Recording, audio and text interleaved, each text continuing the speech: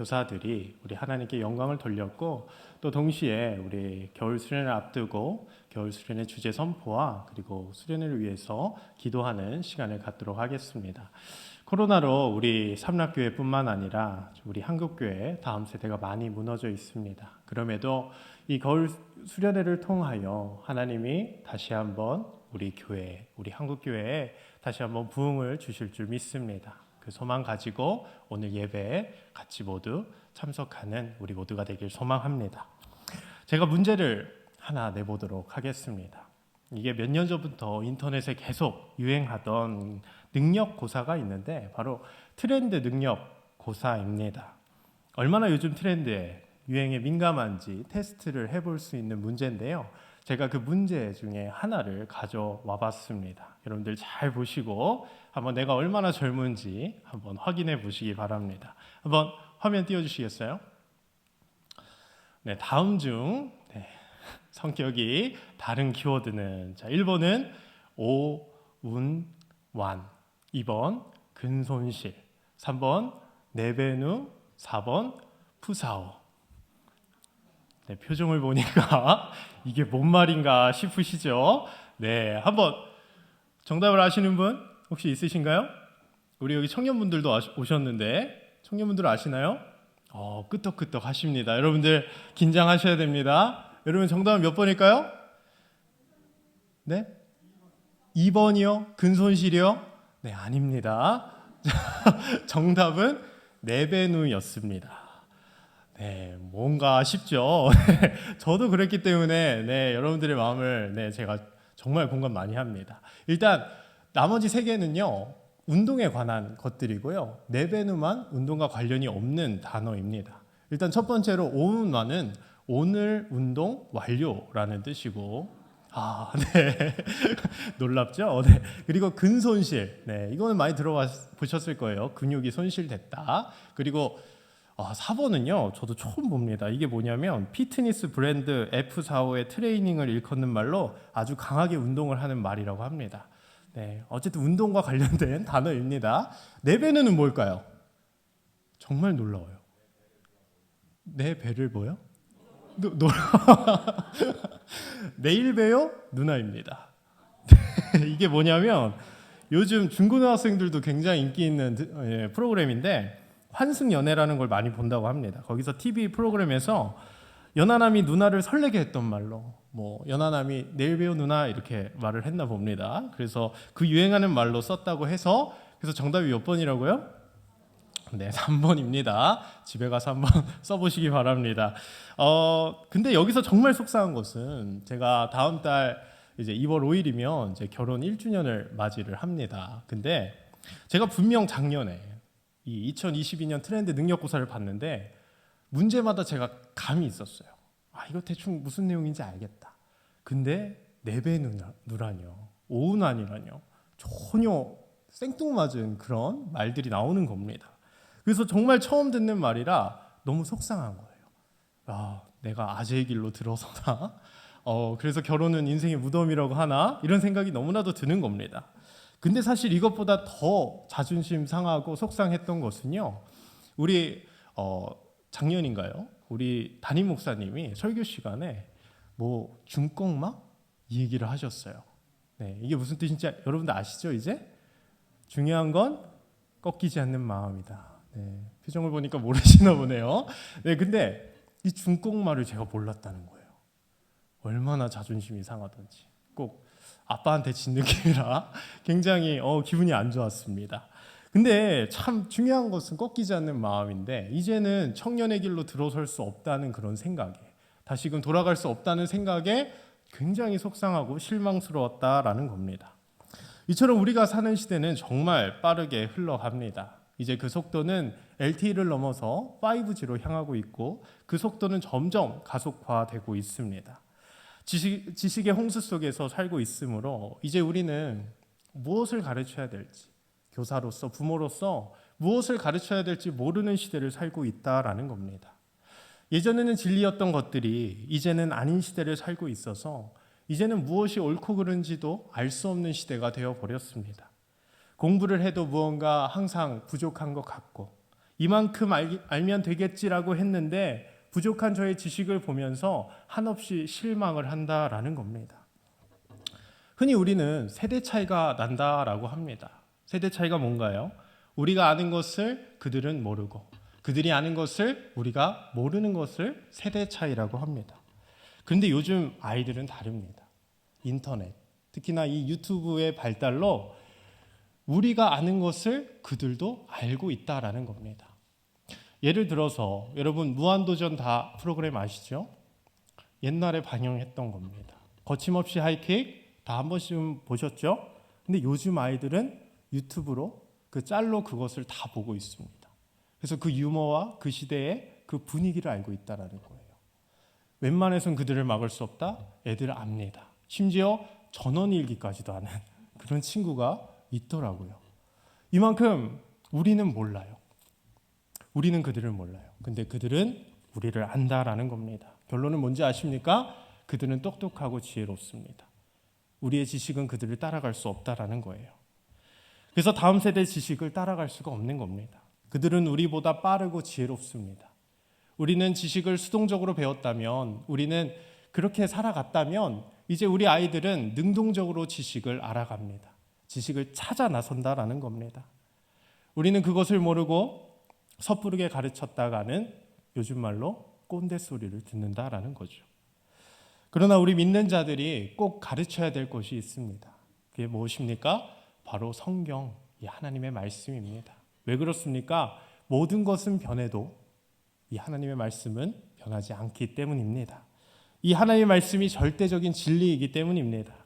세상 모든 만물은 변해도, 날씨가 이렇게 변해도 이 하나님의 말씀은 변하지 않는다라는 겁니다. 예전에 맞던 것이 지금은 틀린 것들이 많지만 이 하나님의 말씀은 변하지 않는다라는 겁니다. 그래서 우리가 잘 아는 말씀이죠. 이사야 40장 8절에 푸른 마르고 꽃은 시드나 우리 하나님의 말씀은 영원히 서리라. 아멘. 이 하나님의 말씀이 있기에 우리는 지금 이 자리에 있는 것입니다. 그리고 부모로서, 교사로서 우리 아이들에게 이 성경을 가르치려고 노력한다라는 겁니다. 하나님의 말씀은 변하지 않지만 이 말씀으로 우리 아이들은 변화될 줄로 믿습니다. 이 말씀만이 우리 아이들을 회복시키고 우리 아이들의 발걸음을 풍성하게 이끌어 주실 줄 믿습니다. 이것이 문제입니다. 다른 것은 다 제쳐두더라도 이 하나님의 말씀은 전해야 되는데 섣부르게 가르쳤다가는 우리 아이들은 금세 귀를 닫아버리고 맙니다. 그렇다고 가르치지 않는다면 예수 그리스도의 그 사랑을 모르고 헛된 것만 쫓아가다가 인생을 허비할 텐데 그럼 도대체 우리는 어떻게 해야 한다라는 말입니까? 오늘 다니엘서에서 그 힌트를 조금 찾아볼 수 있습니다. 우리가 생각하기에 다니엘하면 무엇이 먼저 떠오르십니까? 하나님께 쓰임받은 사람, 하나님께 인정받은 사람이라고 우리는 흔히 생각을 합니다. 그런데 저는 다니엘이 얼마나 외로웠을까 싶습니다. 우리도 흔히 성공한 사람들을 보면 그 사람의 이면만 보고 그 사람의 성공된 그 멋진 모습만 보고 부러워하지만 사실은 물가에 있는 오리처럼 물 위에 여유로워 보여도 그 물 밑에서는 발을 힘차게 젓고 있습니다. 실제로 그의 삶을 보면 얼마나 피땀 흘려서 노력했는지 알 수가 있다라는 것이죠. 다니엘을 보십시오. 그는 나라를 잃은 사람입니다. 바벨론 포로 생활을 오래 했습니다. 우리가 일제치하에서 고통을 당한 것처럼 희망이 없는 것입니다. 그러나 다니엘은 그 상황 속에서도 인정을 받았습니다. 물론 인정을 받았지만 그는 왕께 신임을 받은 자였지만 그는 문제는 그의 정체성은 분명했다라는 겁니다.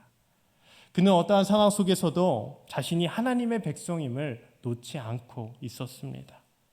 정체성이 분명하지 않다면 마음 편히 살 수 있겠죠. 왕께 신임을 받는 것으로 만족하며 살았을 것입니다. 그러나 그는 정체성이 분명했고 누구를 두려워해야 되는지 분명히 알고 있었습니다. 그래서 매일매일 타협과 갈등 속에서 고민해야 했다라는 겁니다. 우리도 그렇지 않습니까? 크리스찬으로 이 세상을 살아갈 때에 수많은 갈등이 있습니다.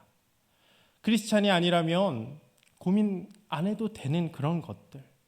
그냥 세상 속에서 인정받고 그냥 성공하면 되는 그런 것들만 생각하면 되는데, 우리가 크리스찬이기 때문에 우린 매 순간 고민하며 갈등한다라는 겁니다. 내가 하나님의 백성인데, 내가 하나님의 자녀인데 이것이 맞을까? 이제 명절 앞두고 제사 문제로 갈등을 겪는 분들이 많을 줄로 압니다. 크리스찬이 아니라면 그냥 좋은 게 좋은 것, 그냥 웃으면 좋은 것, 얼굴 붉히지 않고 웃으면서 넘기면 참 좋은 일입니다. 그런데 우리가 크리스찬이기 때문에, 우리의 정체성이 분명하기 때문에 그냥 넘어갈 수가 없는 문제라는 겁니다. 왜 그렇습니까? 우리가 하나님의 자녀이기 때문에, 하나님의 백성임을 우리가 분명히 알기 때문에 이러한 갈등 속에 있다라는 겁니다. 그러나 계속되는 이러한 갈등을 우리는 지치게 만듭니다. 이러한 갈등은 우리를 지치게 만들어요. 아무리 정체성이 분명하더라도 그 정체성이 흔들릴 때가 참으로 많다라는 겁니다. 이 정도면 되겠지. 이 정도면 나 할 만큼 했어. 그러니 적당히 세상과 타협하며 살아가는 것이 우리라는 겁니다. 그런데 다니엘은 그것에 만족하지 않았습니다. 분명 다니엘도요, 지금 달라지지 않는 현실 속에서 낙담하고 좌절했을 것입니다. 아무리 인정을 받고 있어도 오랜 바벨론 포로 생활을 하고 있기에 과연 하나님은 살아계실까? 하나님은 날 버린 것이 아닐까? 이런 의구심이 들 때가 많았다라는 거죠. 우리도 이런 고민하지 않습니까? 변하지 않는 현실 속에서 괴로워하고 답답해하고 하나님이 내 기도를 들으실까 하는 의문점도 있는 것이 사실입니다. 그리고 크리스찬으로서 살아가는 것이 무슨 의미가 있을까? 이 예배를 드리는 게 무슨 의미가 있을까? 이런 생각이 들 때가 있는 것도 사실입니다. 그러나 다니엘은 믿음을 잃지 않았습니다. 하나님의 회복을 믿었습니다. 하나님을 믿고 신뢰하면 분명히 하나님 때에 하나님께서 회복시켜 주실 것이라는 믿음이 다니엘에게는 있었다라는 겁니다. 그렇습니다. 우리 하나님은 회복시켜 주실 줄 믿습니다. 우리가 이것을 놓쳐서는 안 되는 겁니다. 지금 당장 힘들고 괴롭더라도 하나님의 마음은 회복에 있음을 우리는 기억해야 될 줄로 믿습니다. 우리 다음 세대, 우리 현실을 보면 정말 절망스럽습니다. 무너져 있습니다. 회복할 가능성이 보이지가 않습니다. 저 또한 마찬가지입니다. 저는 여태껏 계속해서 청소년 부서를 맡고 있는데 어느 때는 설교하다가 도망가고 싶을 때가 있더라고요. 애들은 눈을 반쯤 감고 있고 내 설교를 듣는지 안 듣는지 알 수도 없고, 한편으로는 괘씸하다 가도 그래도 저렇게 졸고 있는데도 이 자리에 나와서 예배드리고 있는 모습을 보면 참으로 기특할 때가 있다라는 겁니다. 그런데 한편으로는 설교하는 내 자신부터가 싫고 하나님의 말씀이 믿어지지가 않고 과연 하나님이 회복해 주실까? 이런 의구심이 생기니까 도망가고 싶을 때가 많다라는 겁니다. 더욱이 우리 자신들을 보면 어떻습니까? 항상 죄를 짓는 우리의 모습, 똑같은 죄를 반복해서 짓는 우리의 모습, 이런 모습을 볼 때면 너무나도 실망스러울 때가 많다라는 거죠.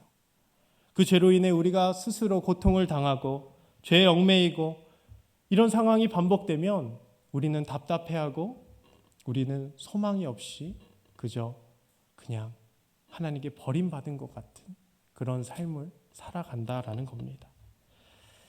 이렇게 우리는 연약하여 하나님을 저버리고 멀리하여 고통 속에 있을지라도, 변하지 않는 현실 속에서도 고뇌하며 괴로워하지만 하나님은 그런 우리를 보시며 한없이 안타까워하시며 우리를 회복의 자리로 인도해 주실 줄 믿습니다. 우리는 이 하나님의 그 회복의 마음을 깨달아야 하는 것입니다. 이 회복의 하나님, 이 하나님의 마음을 알기에 다니엘은 끝까지 하나님을 의지하며 나아갔다라는 겁니다. 자신의 모습과 지금 당장 현실을 바라보는 것이 아니라 오직 그 회복의 하나님, 그 전능의 하나님, 그 신실하신 하나님을 믿었다라는 것이죠. 그래서 오늘 말씀을 보십시오. 다니엘 1장 8절입니다. 다니엘은 뜻을 정하여 왕의 음식과 그가 마시는 포도주로 자기를 더럽히지 아니하리라 하고 자기를 더럽히지 아니하도록 환관장에게 구하니. 아멘. 뜻을 정하였습니다. 뜻을 정하여 그는 결단하였습니다. 비록 그 상대는 강한 바벨론이라 할지라도 그는 마음을 정했다라는 겁니다. 분명히 정함 때문에 예상되는 일들이 있었을 겁니다. 우리도 그렇지 않습니까? 크리스찬이라는 이유로 뜻을 정한다면 분명 세상 속에서 손해를 볼 것이 있을 겁니다. 그러나 나는 하나님의 백성이니, 그러나 나는 하나님의 자녀이니 지금 당장 손해를 보더라도 끝까지 하나님을 신뢰하며 하나님만 따라가는 것, 이것이 우리가 해야 될 일이라는 겁니다. 뜻을 정하여 그 회복의 하나님을 택하는 것입니다. 이제 우리가 해야 될 것은 다른 것이 아닙니다. 지식적인 겁니까? 어떤 화려한 행사나 시스템을 운영하는 겁니까? 아닙니다. 우리가 해야 될 것, 뜻을 정하는 겁니다. 좋은 교사가 되는 것 단 하나입니다. 우리가 먼저 뜻을 정하는 것입니다. 뜻을 정하는 모습을 보여줘야 합니다. 이것이 우리가 최고의 교사, 최고의 부모가 될 수 있는 유일한 길이라는 겁니다. 단순히 이렇게 해야 돼. 너 이렇게 해야 돼. 너 이렇게 살아야 돼. 이것은 잔소리로밖에 들리지 않습니다. 그럼 우리 아이들은 속으로 이럽니다. 지는 꼰대라는 거죠. 모든 목회자가 그렇겠지만 저도 참 설교를 잘하는 목회자가 되고 싶습니다. 지금은 그것도 현재 진행 중입니다. 그래서 전도사 시절에는 제 첫 사역이 중등부였는데 중등부 부서 설교를 다 제가 녹음을 하는 겁니다. 핸드폰으로 녹음하는 겁니다. 그때는 코로나 이전이라 방송 시스템이 잘 갖춰져 있지 않아서 핸드폰을 이렇게 품속에 품고 녹음을 하는 겁니다. 그리고 주일 저녁만 되면 그 녹음을 틀고 연구를 하는 거예요. 이게 신학적으로 맞는 건지, 이게 경우에 맞는 말인 건지 연구를 엄청 열심히 합니다. 근데 지금은 못합니다. 왜냐하면 결혼하니까 집에 가면 설거지를 해야 되더라고요. 설거지하면 빨래를 해야 되고요. 그래서 지금은 못하는데 그때는 엄청 열심히 했습니다. 근데 그때마다 느끼는 것은 제 목소리가 너무 듣기 싫은 거예요. 여러분 본인 목소리 녹음해서 들어보셨습니까? 정말 듣기 싫습니다. 그리고 뭐 이렇게 말을 못하는지, 제가 말하는데 무슨 말을 하는지 모르겠어요. 그렇게 연구를 막 열심히 했습니다. 근데 그 연구 끝에 내린 결론은 말 잘하는 것은 타고나는 거구나. 주변에 말 잘하는 사람들 있지 않습니까? 네, 타고나는 거예요. 그래서 저는 제 아내한테 맨날 집니다. 타고나는 거구나. 근데 정말 단순히 말을 잘하는 것보다 설교를 잘하기 위해서는 정말 단 하나뿐이더라고요. 그 설교한 대로 살아내는 것입니다. 근데 그게 너무 어려워요. 너무 괴롭습니다. 왜 이렇게 어려운지. 연습으로 하는 게 아니라 내 안에 불쑥불쑥 새어나오는 그런 죄의 본성들, 그런 욕심들, 원망들, 이런 것들이 저를 되게 힘들게 한다라는 거죠. 그래서 어느 날은 설교가 너무 잘 써지면 잠깐 멈추고 그 설교를 바라봅니다. 내가 과연 이대로 살고 있나? 내가 지식적으로 전달하려는 것이 아닐까? 이런 생각을 참 많이 한다라는 거죠. 어쩌면 지금은 이 시대는 타고난 설교자보다 그 말씀대로 살아내는 목회자가 필요한 시대가 아닐까 싶습니다. 목회자뿐만일까요? 우리 모두의 얘기겠죠.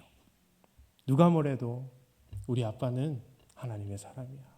누가 뭐래도 우리 엄마는 하나님의 사람이야. 누가 뭐래도 우리 선생님은 하나님의 사람이야. 이런 말을 듣는 것이 최고의 기쁨이 아닐까요? 매 순간 죄를 지을 수 있습니다. 사람인지라 연약하여 하나님을 저버리고 내 마음대로 살아갈 때가 있습니다. 그러나 다시금 회개하여 하나님께로 돌아오려고 발버둥치는 그 모습, 어떤 문제가 발생했을 때 남들처럼, 믿지 않는 사람들처럼 허둥지둥하는 그런 모습을 보여주는 것이 아니라 매 순간 잠잠히 하나님께 기도하는 그 모습, 우리 아이들은 그 모습을 보면서 살아계신 하나님을 경험한다라는 겁니다. 많은 분들이 과거의 영광을 이야기합니다. 맞습니다. 그런데 그 과거의 영광을 이야기하기 전에 우리 자신부터 돌아봐야 됩니다. 우리는 얼마만큼이나 하나님의 백성으로서 살아가고 있습니까? 얼마만큼이나 뜻을 정하여 하나님을 택하고 계십니까? 우리는 현재 어떠한 삶을 살고 있습니까?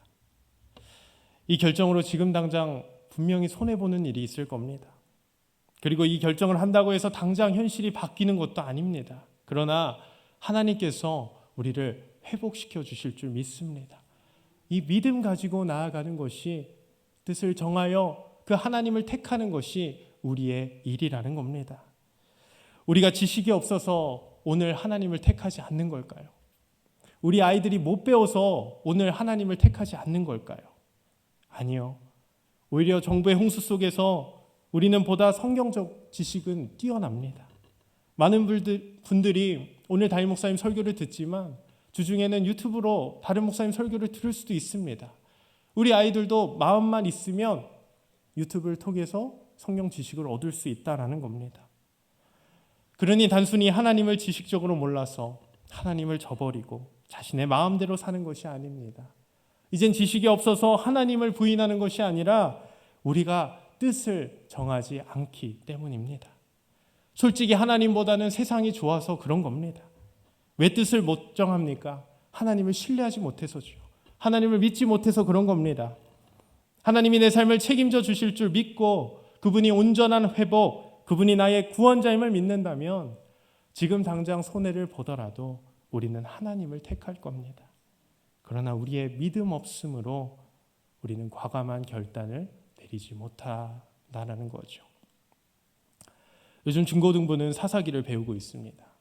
사사기는 한 문장으로, 한 말씀으로 요약하면 이겁니다. 사사기 2장 10절에 그 세대 사람도 다 그 열조에게로 돌아갔고 그 후에 일어난 다른 세대는 여호와를 알지 못하여 여호와께서 이스라엘을 위하여 행하신 일도 알지 못하였더라.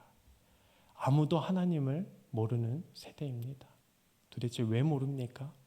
가르쳐주지 않았기 때문에. 아니요, 저는 가르쳐줬는데요. 저는 설교 열심히 했는데요. 그런 것이 아니라니까요. 지식적으로 전달한다라는 것이 아닙니다. 여기 이스라엘 백성들에게서 있어서 안다라는 개념은 헬라적으로 논리적이거나 지적인 알을 말하는 것이 아니라 몸으로 체험하는 지식, 그것이 안다라고 표현을 하는 것입니다. 지금 왜 사사시대에 이렇게 하나님을 모르는 자들이 많습니까? 이 말씀을 우리가 가르쳐주지 않았기 때문에. 바로 신명기 6장 7절이죠. 내 자녀에게 부지런히 가르치며 집에 앉아있을 때에든지 길을 갈 때에든지 누워있을 때에든지 일어날 때에든지 이 말씀을 강론할 것이며. 이게 무슨 말입니까? 하나님을 가르칠 때에 그냥 말로써 지식적으로 전달하는 것이 아니라 집에 앉아있을 때든지 길을 갈 때에든지 밥을 먹을 때든지 누워있을 때든지 어떠한 상황 가운데서도 하나님을 붙드는 그 모습을 가르쳐주지 않았기 때문에 우리 아이들은 하나님을 모른다라는 겁니다. 지금은 어려운 시대라 말합니다. 부흥은 끝났다라는 시대라 말하죠. 맞습니다. 우리 아이들 수는 점점 줄어듭니다. 부모 세대들은 교회에 나오지만 우리 아이들은 교회에 나오지 않습니다. 항상 주일 성수로 인해 갈등하는 분들이 많다는 것을 알고 있습니다. 언젠간 돌아오겠지라는 그런 막연한 기대 속에서, 또 이제 대학이 있으니까, 입시가 있으니까 대학 가면 그럼 신앙생활 잘하겠지, 그런 막연한 기대 속에서 살아가고 있는 분들이 많을 줄로 압니다. 이것은 우리 교회뿐만 아니라 우리 한국교회 전반적인 문제입니다. 그리고 코로나로 이 상황은 점점 악화가 되고 있습니다. 그렇게 우리가 기대할 것은 단 하나입니다. 바로 예수 그리스도입니다. 이것이 우리의 문제의 유일한 답이라는 거예요. 생수의 강이신 예수 그리스도를 우리는 믿음으로 바라봐야 됩니다. 우리가 한 사람 한 사람 작은 예수로서 그 예수 그리스도의 뒷모습을 바라보며 따라 걸어가야 한다라는 것이죠. 영양관화라는 말이 있습니다. 불을 보는 것 같이 밝히 보인다라는 뜻입니다. 더할 나위 없이 명백하다라는 말이죠. 하나님을 믿으면 이 불을 보듯이 분명히 우리 아이들의 미래는 밝을 줄로 믿습니다.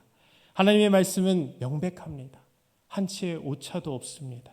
분명합니다. 이 하나님의 말씀을 믿고 뜻을 정하여 그 하나님을 택하며 살아가는 우리 모두가 되기를 소망합니다. 최고의 리더와 평범한 사람을 가르는 유일한 기준은 일단 문제를 해결할 수 있는 방법을 찾았을 때 그것을 실천하느냐 하지 않느냐에 달려있다라고 말합니다. 우리는 이미 해답을 알고 있습니다. 그러나 알고만 있으면 우리는 최고의 리더, 최고의 선생이 될 수 없습니다. 알고 있다면 이제 본을 보여야 됩니다. 본을 보이도록 있는 자리에서 최선을 다해야 하는 겁니다. 당장 어려운 일을 만났을 때 허둥지둥하는 것이 아니라 믿음으로 하나님을 붙드는 그 믿음의 본을 보여야 한다라는 겁니다. 성경은 요한계시록 3장 15절에서 라오디게아 사람들에게 이렇게 말합니다. 내가 차든지 뜨겁든지 하라. 이게 무슨 말입니까? 하나를 선택하라는 말이죠. 더 이상 두 가지 길에서 방황하지 말라는 것입니다. 뜻을 정하라는 거죠. 뜻을 정하여 예수 그리스도를 택하라는 것입니다. 히브리서 11장을 보면 이 예수 그리스도를 택한 이 믿음의 선진들이 쭉 나열됩니다. 하나님을 택했던 사람들이 쭉 나열됩니다. 아브라함, 이삭, 야곱, 요셉, 이 믿음의 선진들이 쭉 나열됩니다. 이들은 불합리한 세상 속에서 하나님을 바라봄으로써 온전히 하나님을 의지하고 하늘의 상급을 보며 나아갔습니다. 그러나 그들은 온전함을 이루지 못했습니다. 그 온전함을 살짝만 맛보았습니다. 히브리서 11장 39절에 보면 이 사람들은 다 믿음으로 증거를 받았으나 약속된 것을 받지 못했다라고 나옵니다. 왜 믿음으로 나아갔는데 약속된 것을 받지 못했습니까? 왜냐하면 예수 그리스도가 없기 때문에, 예수 그리스도의 부활이 없었기 때문입니다. 이에 히브리서 기자는 40절에 이어서 이렇게 말하죠. 이는 하나님이 우리를 위하여 더 좋은 것을 예비하셨은지. 더 좋은 것이 무엇입니까? 바로 예수 그리스도입니다. 예수 그리스도의 부활입니다. 믿음의 선진들은 그 약속의 단편만 보았습니다. 그러나 우리는 다릅니다.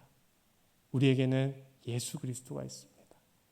그 예수 그리스도께서 죽음을 이기시고 부활하셔서 우리에게 참 소망을 허락해 주셨습니다. 분명 힘들고 어렵습니다. 순간순간 우리 마음속에 불쑥불쑥 튀어나오는 그런 수많은 감정들, 우리의 죄된 본성들, 이 모든 것들은 하나님을 따라 살아가기 쉽지 않게 만드는 것입니다. 부정할 수 없습니다. 나를 바라보면 이렇게 소망이 없습니다. 그러나 우리가 예수 그리스도를 바라본다면, 그 부활을 품고 그 부활 신앙을 가지고 나아간다면 우리에게도 참된 소망이 있을 줄 믿습니다. 이 소망으로 인해 우리가 절망하더라도, 우리가 힘들고 괴롭더라도 그 예수 그리스도를 바라본다면 우리도 오늘 다니엘처럼 뜻을 정하여 오직 하나님을 택하며 살아갈 수 있을 줄로 믿습니다. 지금 당장의 어려움 속에서도 그 부활의 주님을 바라보며, 다시 오실 그 주님을 바라보며 매일매일 뜻을 정하여 하나님께 정결한 신부로서 살아가는 우리 모두가 되기를 소망합니다. 그래야 우리 다음 세대에게도, 우리 자녀들에게도 이 놀라운 하나님의 축복, 이 예수 그리스도의 소망, 이 예수 그리스도의 부활을 전하며 살아가는 우리 모든 선생님들, 우리 모든 교사들, 우리 부모님들 되시길 주님의 이름으로 축복합니다.